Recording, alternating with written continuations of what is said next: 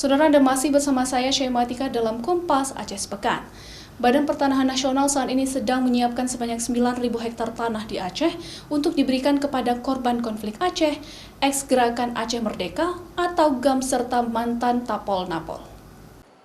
Hal ini terus dipercepat sesuai dengan butir MOU Helsinki saat perdamaian dahulu, di mana adanya jaminan hidup atau lahan untuk mantan kombatan Gerakan Aceh Merdeka, korban konflik serta Tapol-Napol Aceh.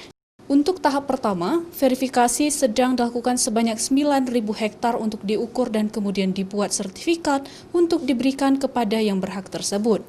Namun hal tersebut belum ditentukan kapan akan dibagikan, mengingat proses pendataan masih sedang dilakukan.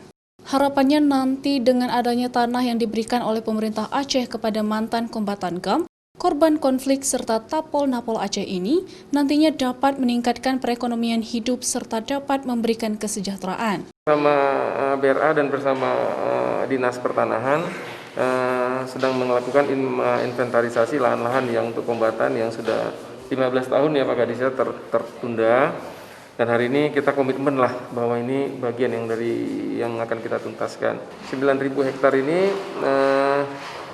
tentunya hari ini kita menunggu kesiapan dari BRA untuk menginvent subjeknya.